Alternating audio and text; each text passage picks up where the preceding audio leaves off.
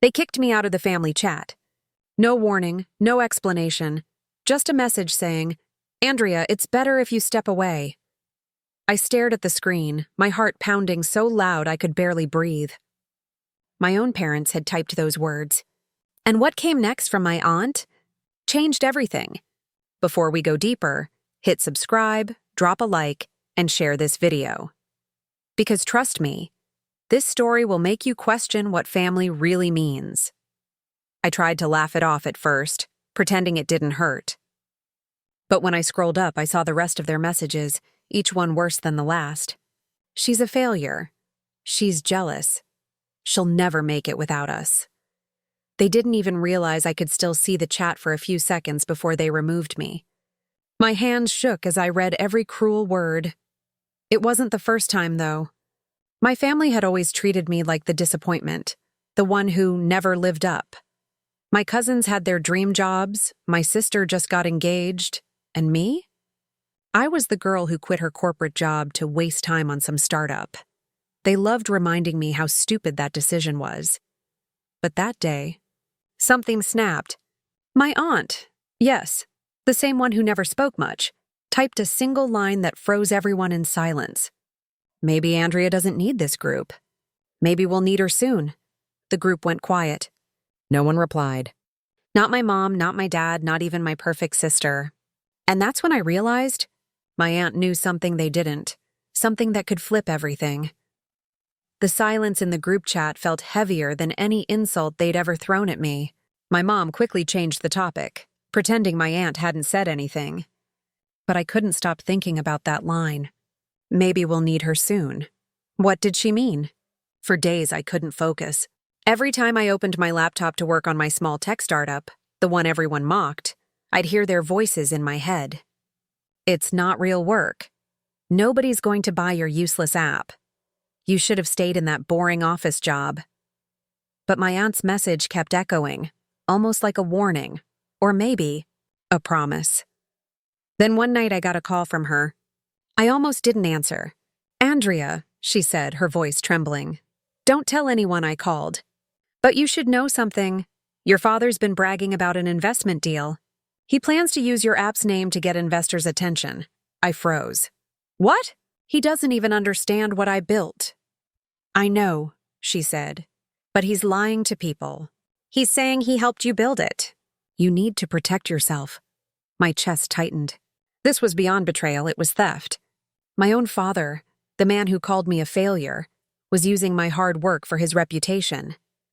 I stayed quiet, my brain spinning through 1,000 emotions: anger, disbelief, heartbreak. The next morning, I opened my laptop and saw dozens of notifications. My dad's LinkedIn post had gone viral. Proud to announce the upcoming launch of our family-developed tech platform. My name wasn't even mentioned. Not once. The comments were full of praise. "Amazing. Congrats, sir. You raised a genius family." My blood boiled. He was using my code, my designs, my idea, the one I'd built while eating ramen and crying over endless rejections. That's when I made a decision. I wasn't going to argue. I wasn't going to beg. I was going to prove who really owned that app. Quietly, legally, and in a way none of them would ever forget. Because the next time my family saw me, it wouldn't be in a group chat. It would be on every major tech headline in America. 3 weeks later, I walked into the biggest tech conference in San Francisco, the same one my dad had bragged about attending as a guest of honor. What he didn't know was that I'd been invited too. Not as a guest, as a keynote speaker. My heart raced as I walked past banners, cameras, and hundreds of entrepreneurs. For years, I'd stayed invisible, coding in my tiny apartment while everyone else laughed. But now my company, Novalink, had quietly secured a multi-million-dollar partnership with one of the top investors in Silicon Valley. And tonight I was unveiling it, live. My aunt's words echoed again in my mind. Maybe we'll need her soon. She'd been right all along. Back home, my family had no clue. They were probably getting ready for dinner, still talking about how delusional I was. My dad was already wearing his expensive suit. preparing to attend the same event, thinking he'd be shaking hands with people who believed his lies. When I walked onto the stage, the lights hit me and the crowd went silent. Cameras clicked. I took a breath and began. 2 years ago, everyone told me I was wasting my time. But sometimes, being underestimated is the best thing that can happen to you. I looked straight ahead and smiled, because right in the second row, I saw him, my father, frozen in his seat. He hadn't expected to see me there. Not on that stage. Not under the spotlight. His face turned pale as I continued. Tonight, I'm proud to announce that Novalink, a fully independent company I founded, has officially partnered with PrimeTech to launch our new AI software worldwide. Gasps filled the room.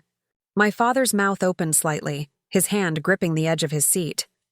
Reporters swarmed him immediately, and that's when I dropped the real bomb. There's been a lot of confusion about ownership lately, I said, holding back a smirk.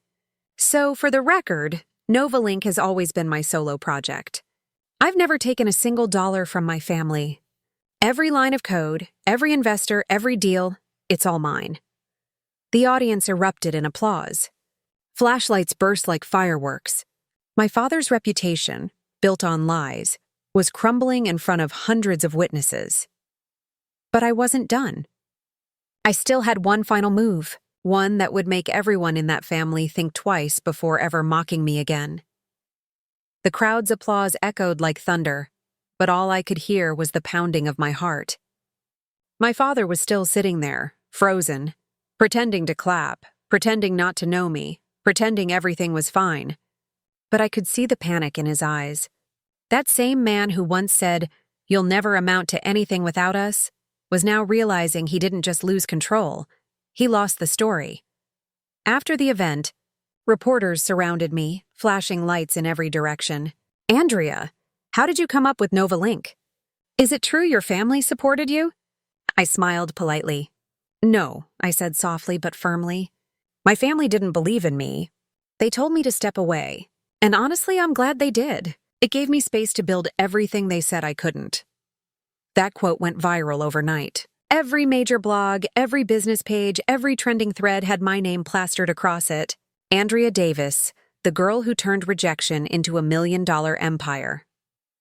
I didn't sleep that night, not because of nerves, but because of peace. For the first time, I didn't have to explain myself. The world could see what I'd done, but just as I was sipping my morning coffee the next day, my phone buzzed. A family group message request. The same one they had kicked me out of. My mom had created a new chat, Family Reconnect. I almost laughed. My aunt had already added me. And her first message? Told you they'd need you soon. Within seconds, messages started pouring in. Dad, Andrea, that speech was something. We're proud of you, Mom. Your father didn't mean those things. He was just under pressure, sister. Can we maybe meet? You've become kind of famous. It was almost funny. The same people who mocked me were now trying to rewrite history, acting like they'd always been in my corner. But my aunt sent me a private message right after. They don't care about you, Andrea. They care about what you've become. She was right. But I didn't reply. I just kept scrolling until I saw something that made me pause. My dad had posted a public apology on LinkedIn. Proud of my daughter Andrea for creating Novalink. Sometimes we underestimate the ones we love most. The comments were pouring in. Sympathy, admiration, forgiveness. But something about it felt off. Too clean, too rehearsed. Then my aunt called again, her voice lower this time. Andrea, I think your father's trying to take credit again, through his new company. He's saying he advised you and helped you get investors. I clenched my jaw. He really can't stop, can he? No, she said. But maybe it's time you stop him. Once and for all, I opened my laptop, eyes burning with focus. The next phase wasn't about revenge. It was about justice. I had documents, emails, timestamps, proof of every single hour I'd spent building Novalink alone. And this time, I wasn't going to stay silent. Because if he wanted to play public, I was about to end his reputation in public. The next morning, I walked into a press conference, calm, collected, and ready. My father had called this event himself, claiming it was to celebrate our family's contribution to Novalink. Cameras were already flashing when I arrived. He was standing at the podium, smiling for the media like he hadn't tried to erase me from my own life. I didn't say a word at first. I just took a seat in the front row. When he saw me, his confident grin flickered. He wasn't expecting me to show up. But I had planned this moment perfectly. As he started talking about family collaboration, my phone buzzed. My aunt texted one word, "Now!" I stood up, holding a folder in my hand. "Excuse me," I said loudly enough for every microphone to catch it. The room fell silent. My father's voice cracked mid-sentence. "Before you continue, Dad, I think everyone deserves the truth." I walked to the stage, opened the folder, and handed out printed copies of my patent registration, the official government documents proving I was the sole founder and owner of Novalink.